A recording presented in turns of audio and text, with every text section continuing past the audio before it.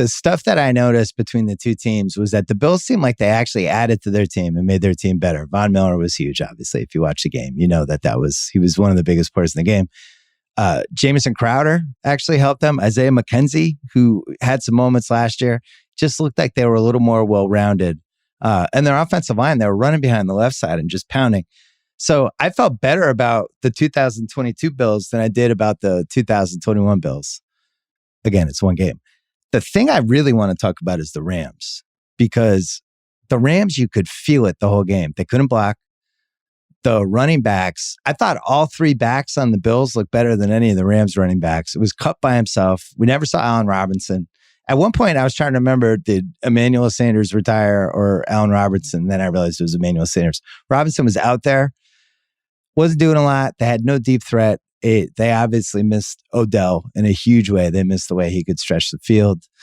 But over and over again, it just kind of felt like it was Kupp and a bunch of random dudes, which is how the Super Bowl felt. And they pulled it off and they barely went and had that drive. But this time around, you think they lose Von Miller. They replace him with Wagner, who did not have the greatest game. The offensive line, they lose Andrew Whitworth. So the offensive line looks worse. The running backs, they never address that. Collinsworth mentioned there might be too much pressure on Kupp, and you could feel it during the game. At one point, I think he had like probably 60% of the targets that Stafford had. So there's that, what is he going to have, 170 targets this year? They're just going to have to figure out how to help him in some way. The game management was awful. What they did in the last 3 minutes, I thought that was bad, where they called timeout with 2:16 left, basically gave Buffalo a fourth timeout, somehow got an interception, and then couldn't even figure out how to manage the clock. They settled for a field goal, 10-10. Then they start the third quarter. Guy takes it out of the end zone, gets tackled at the 10, 3 and out. Buffalo has the ball basically at midfield. And at that point, you would bet anything Buffalo is going to win the game. All of this was really, really alarming, I felt. And there's some Super Bowl hangover stuff that you feel like is a piece of this. So I went back and I looked at the 21st century teams that just kind of stunk the next season, stunk for a Super Bowl champ, right? And we have 5. We have the 2003 Buccaneers, who went 7-9 after they won the Super Bowl. The 2006 Steelers, 8-8. And that they had the Roethlisberger off the field stuff. There was some off the field stuff that I think affected that. 2012 Giants, 9-7. 2013 Ravens, 8-8. And the 2018 Eagles, 9-7. And there's other teams that weren't good the next year, but they were teams that transitioned, right? Like the Broncos, they moved from Peyton Manning to, I think, Brian Griese. No, Brian Griese followed John Elway. They moved from Peyton Manning to just a slew of quarterbacks that sucked for the next 6 years. In 1999, same thing with the Broncos, where Elway retired, they moved Brian Griese in, and they weren't totally the same team. I think these 5 teams, 03 Bucks, 06 Steelers, 2012 Giants, 2013 Ravens, and 2018 Eagles, the year after the Philly special.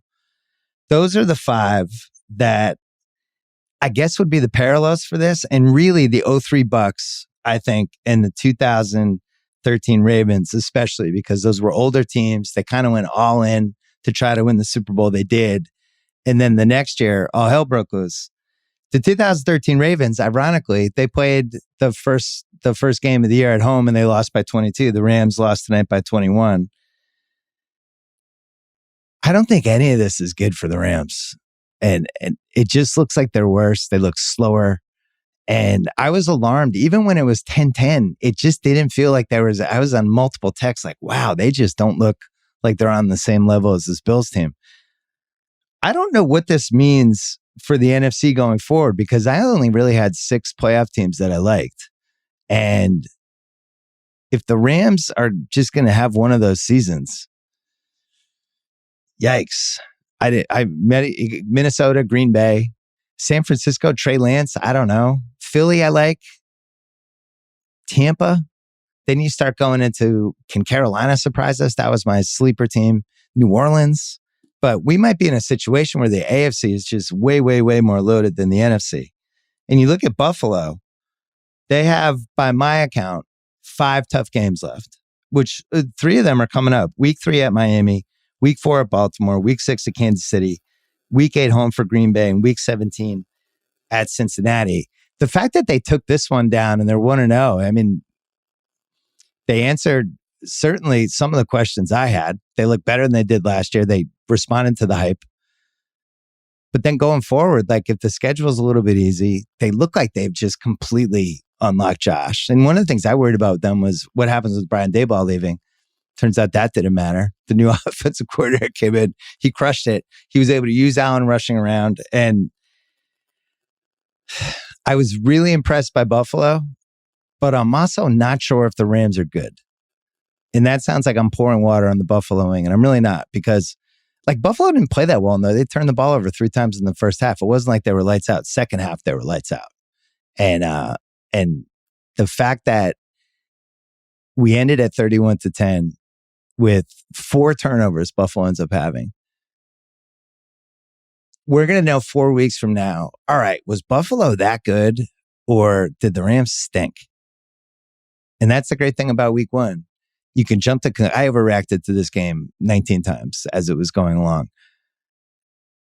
Are the Rams bad or is Buffalo this good? And that's one of those things you just don't know for a couple weeks. But I would lean toward Buffalo is probably really good. I don't know if they're 17-0 good, but they're really good. But the Rams might be really bad.